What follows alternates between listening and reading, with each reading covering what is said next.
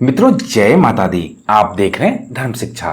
मित्रों आज के इस वीडियो में मैं आपको बताने वाला हूं जीवित पुत्रिका व्रत 2020 में, जैसा कि मैंने पिछले वीडियो में आपको बताया था कि इस बार सरगई नहीं है। सरगई अर्थात व्रत से पहले नहाए खाए के रात में, और जीवित पुत्रिका व्रत से पहले हर बार क्या होता था, सुबह के 3 से 4 बजे के बीच में, 2:30 से 3, 3:30, 4 ऐसे करके बीच में एक विशिष्ट भोजन व्रतियों द्वारा लिया जाता था। अक्सर इसमें मीठा कुछ खाद्य पदार्थ लिया जाता था, जो कि व्रत अगले दिन रखने में भी सहायक होता था, क्योंकि बहुत ही कठिन व्रत है जीवित पुत्रिका का व्रत। कई बार तो ये 1.5 दिन तक भी चल जाता था। तो ऐसे में व्रतियों को ज्यादा दिक्कत ना हो, इस कारण एक वैकल्पिक व्यवस्था के तहत हर बार सरगई लिया जाता था। तो सरगई उसी खाद्य पदार्थ लेने को कहते हैं जो कि व्रत से पहले लिया जाता था हर बार। कई जगह इसे उठगन के नाम से भी जाना जाता है, और पंचांग में आपको विशिष्ट भोजन मिलेगा इसके बदले लिखा हुआ। तो खैर जो भी नाम हो इसका, इस बार सरगई नहीं है। तो ऐसे में हम क्या करें? सरगई के समय में कई विधि और भी अपनाई जाती थी, जैसे कि एक हमारे व्यूअर ने हमसे पूछा है कि उस समय हम चूड़ा दही वगैरह निकाल के चील और सियार के लिए रखते थे। तो ऐसे में इस बार क्या करें? तो बहुत ही अच्छा प्रश्न है, इसी से मुझे ये वीडियो बनाने का आइडिया मिला।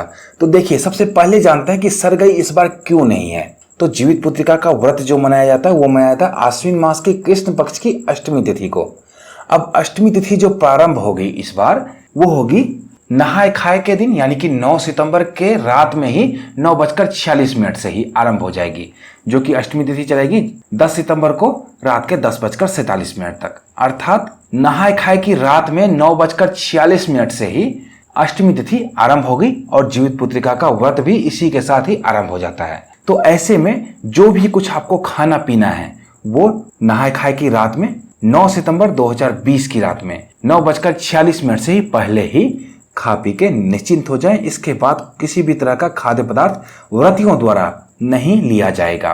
वैसे तो नहाए खाए के दिन क्या करना चाहिए? दिन दिन में ही खाना चाहिए, रात में वैसे भी खाना नहीं खाना चाहिए। लेकिन इतना लंबा व्रत कई लोगों से संभव नहीं हो पाता है।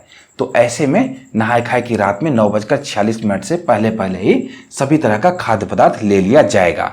इसी कारण इस बार सरगई नहीं है, क्योंकि सरगई हर बार सुबह सुबह होता था, सूर्योदय से पहले 3 से 4 बजे के बीच में। लेकिन इस बार 3-4 बजे के बीच में अष्टमी तिथि रहेगी, और अष्टमी तिथि में किसी प्रकार का खान पान वर्जित होगा। तो इसी वजह से तो सरगई इस बार नहीं है।